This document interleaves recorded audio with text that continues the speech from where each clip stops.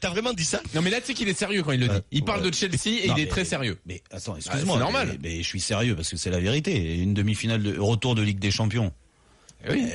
Le plus haut du panier sur la scène mondiale. Voilà. Je parle même pas la scène européenne. Été le meilleur là. C'est quand même en club, c'est ça, c'est la Champions League. Non mais Jérôme, même si c'est vrai, comment tu peux dire ça? Mais c'est une interview où on te demande de raconter ta vie, c'est normal. D'accord, mais tu regardes toi, Dugas, tu veux que je te dise? Tu veux que je te dise comment c'était? C'était le match, ton match référence dans une carrière. Alors c'est dur quand on a joué 600 de sortir un match, mais non mais là il chambre même pas, il parle sérieusement. Non mais il rigole. T'as joué, pourquoi t'as pas parlé de la finale où t'as été nul? Pourquoi t'as pas parlé de la finale plutôt? J'ai pas été nul en finale. Non. L'équipe a pas été très bonne.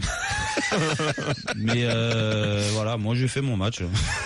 je plaisante. Non, mais sur la demi-finale retour, bien sûr, s'il y a un match à ressortir. C'est quoi toi ton chef-d'œuvre du gars là, ton meilleur match? France-Afrique du Sud, je crois. Non, bah après il y a des matchs qui comptent. Après c'est un match parfait. Je pense Bordeaux-Milan ou France-Afrique du Sud ont été des matchs qui ont été importants et qui ont compté dans ma carrière. Après te dire que ce jour-là j'étais génial, extraordinaire, machin comme Jérôme, je m'en souviens pas. Non mais après c'est là non, pour mais le coup peut-être que t'as jamais été exceptionnel. C'est sûr. Non mais ce qui est marrant avec Jérôme, c'est que t'atteins ce niveau-là, mais que tu le retrouves jamais après. Parce que le niveau que t'avais contre Chelsea, t'as pas réussi à le retrouver. Quand je te parlais d'un match parfait. C'est pour ça que c'est exceptionnel. Mais oui, voilà, un match parfait. C'est ça. Voilà. Et j'ai bonifié tout le monde sur ce match. Ah oui. Ah ouais. Donc là, j'annonce du gars, je t'aime beaucoup bien sûr, mais je suis sûr qu'on va avoir des vidéos de France-Afrique du Sud quand tu tapes à côté du ballon là. C'est sûr. Ah bah ouais, la totale. Ça tombe à chaque fois. Eh oui, mais malgré tout, c'est un match qui a compté. Dans ma carrière, même en faisant des bêtises. Bien sûr. Il y a des matchs clés, il y a des moments importants dans une carrière et celui-là en fait partie. Tout ça, voilà. Bon allez, vas-y. Alors, le PSG. Je vais vous donner les infos du jour, notamment l'affaire de la crotte de nez. Donc restez bien avec nous, je vais détailler ça. Qu'est-ce que t'as dit quoi là? L'affaire de la crotte de nez, très important. Elle est incroyable. T'es au courant, Jérôme? Je raconte ça tout à l'heure. Mais d'abord notre débat donc. Que fait-on du gars? Là tu es non pas Nasser Al-Khelaifi, tu es l'émir du Qatar. Que fais-tu à tous les niveaux et notamment au niveau de l'effectif, parce qu'on a parlé un peu des autres strates du club et au niveau des joueurs, qui tu gardes, qui tu vends? On vous attend au 32-16 bien sûr pour avoir votre avis. C'est pas facile. C'est pas facile parce que ça doit se faire en plusieurs étapes. Tu vas pas comme ça arriver dans le vestiaire et dégager tout le monde ou presque. Déjà je me sépare de Nasser. Alors toute la difficulté pour l'émir du Qatar, ça va être de trouver un homme de confiance, voilà, qui connaît parfaitement le football et qui est de confiance parce qu'on sait comment se passent les magouilles dans le football quand tu as des milliards assez facilement, ne pas te faire avoir, ne pas te faire arnaquer sur les commissions, te trouver un mec là qui va s'en mettre plein les fouilles. Donc la confiance, c'est quelque chose d'important quand tu es un actionnaire et que tu dois trouver un président ou un directeur général. Donc ça, pas commode, mais je garde pas Nasser. Je suis désolé, ça fait maintenant 7 ans qu'il est là. Il y a ces erreurs de casting après erreurs de casting. Les castings, c'est lui qui les fait. Donc voilà, je garde pas Nasser, ça c'est sûr et certain. Voilà, c'est la première personne dont je me sépare. Après au niveau des joueurs, écoute, je parle aux mecs.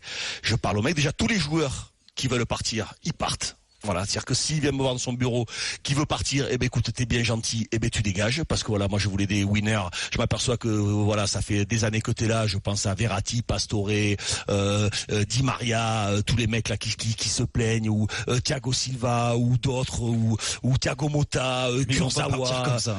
Non, mais voilà, ils vont pas partir comme ça. Mais s'ils veulent partir, écoute, je les laisse partir. Ça veut dire qu'ils ont pas faim. Ça veut dire qu'ils ont pas les crocs. Ça veut dire qu'ils sont pas dans l'esprit. Ça veut dire que je peux pas compter sur eux pour rebâtir. Donc voilà. Tous ceux qui veulent partir, je les laisse partir. Et ceux qui veulent rester, je leur explique comment les choses vont se passer. Et même Neymar, du gars, dans ta réflexion? Si Neymar dit, je veux partir au Real? Non, Neymar, je le garde. Ah, lui, quand même. Neymar, je le garde. Non, mais Neymar, je le garde. Non, Neymar, Mbappé, je les garde, bien évidemment. Neymar, Mbappé, je les garde, ça fait partie totalement du projet. Par contre, pour qu'ils puissent avoir envie de rester, parce qu'il va falloir quand même leur mettre un entraîneur de qualité, un président de qualité, un directeur sportif de qualité, leur dire voilà, je vais recruter tel joueur. Voilà, il faut avoir un vrai projet de départ. Par contre, tous ceux qui veulent partir, je ne les garde pas. Et même ceux qui veulent rester, c'est-à-dire que si Kurzawa il veut rester, je le garde pas. Daniel Alves, je le garde pas.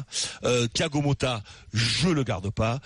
Pastore, je le garde pas. Pastore, ça y est, moi le match, là, la rentrée qu'il a faite quand il perd le ballon, il met 25 secondes pour se retourner pour les récupérer le ballon. C'est inadmissible en huitième de finale de Ligue des Champions. C'est inadmissible, une attitude pareille, c'est juste scandaleux. Di Maria, je le garde pas non plus. Ce qui s'est passé avec les tweets de sa femme, machin, tout ça, terminé. Je le garde pas non plus. Voilà, j'en garde. Voilà, Verratti, s'il veut vraiment partir, c'est fini aussi. Il va y avoir beaucoup de ménages.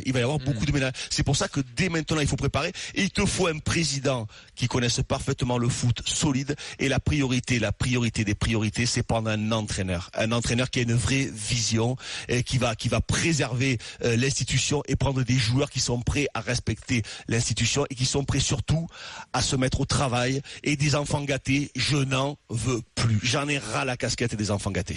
Jérôme, qu'est-ce que tu ferais toi? Grand ménage comme ça, pareil que Dugas? Ouais, du grand ménage en termes de joueurs, bien sûr. Où je rejoins Dugas, c'est que quand tu as des joueurs qui sont là depuis 4-5 ans et les limites en Champions League, elles sont là, c'est-à-dire quart de finale, pas mieux que quart de finale, et au contraire 2 années de suite, 8e de finale, même si le tirage, on peut toujours parler du tirage, mais quand même, il y a certaines limites. Et le match du Real Madrid a montré que les limites étaient surtout sur le caractère de cette équipe, ce qui ressortait l'âme d'un club. Voilà, pas mouiller le maillot parce que bien sûr que c'est des grandes phrases de supporters, mais quand même. Ça va rien dire ça. Mais c'est plus le caractère qui parle.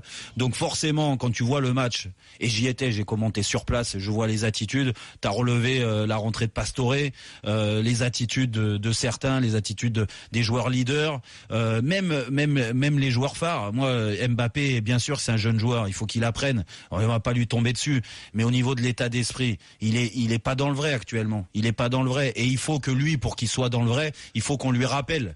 Et à partir de là, qui va lui rappeler? C'est des joueurs où le club est important. Alors peut-être des joueurs.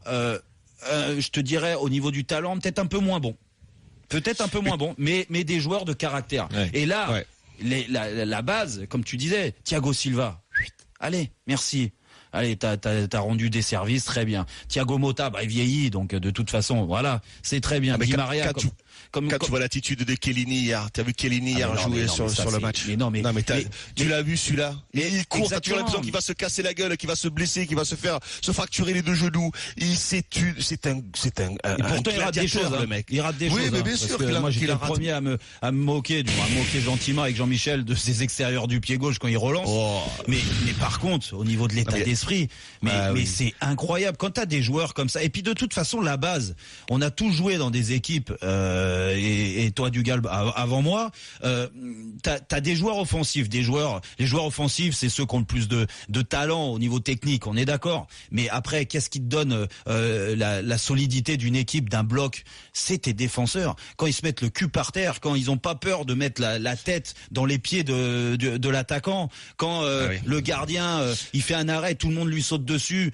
Je peux te dire que toi, quand t'es un milieu de terrain et que t'as du mal à les tacler, tu vas aller faire les efforts. Parce que moi, ce qui m'a choqué avant tout, non, juste pour finir, du gars, ce qui m'a choqué avant tout, c'est quand je voyais l'attitude, t'as parlé de Di Maria, de Mbappé pour parler d'eux, même de Rabiot par moment en première mi-temps. Quand un Thiago Silva qui est là, qui est le garant défensif, qui est le capitaine, il commence à leur gueuler dessus, à leur dire voilà, et replacez-vous. Les mecs, ils ont une attitude, mais c'est horrible. Ouais. C'est horrible. Mais écoute, t'as pas besoin d'être Thiago Silva.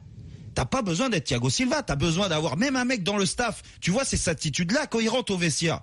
Mais tu les plaques contre le mur. Tu leur dis, mais qu'est-ce que vous faites, les gars? C'est pas possible. Donc, à partir de là, c'est des joueurs.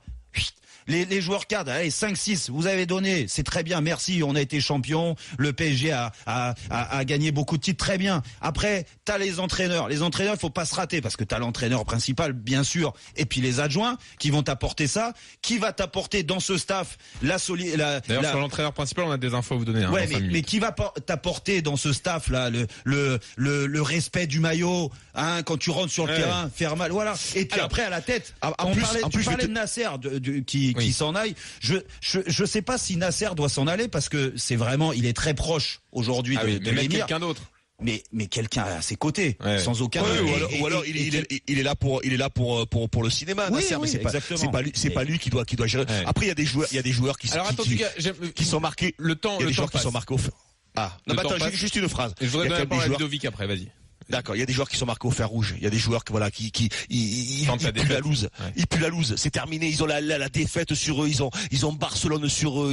Ils ont cette élimination contre le Real aussi. C'est fini. Ça y est. Ils ont la, tu sais comment on appelle. Tu sais quand t'as la malédiction sur toi. Tu sais t'as le truc là. Ça y est, c'est fini. Il faut passer à autre chose. Ludovic nous rejoint au 32 16 18h40 dans Team Dugas sur RMC. Salut Ludovic. Salut. Qu'est-ce que tu fais alors? Ludo. Tu gardes qui? Tu fais quoi? Alors, qui je vire en premier? Allez. Alors, en premier. Qui tu gardes, ça va aller plus vite, non? Alors, ça va aller très vite, alors. Ça va aller très, très vite. Qui je garde? Je garde Meunier, Marquinhos, Kipembe.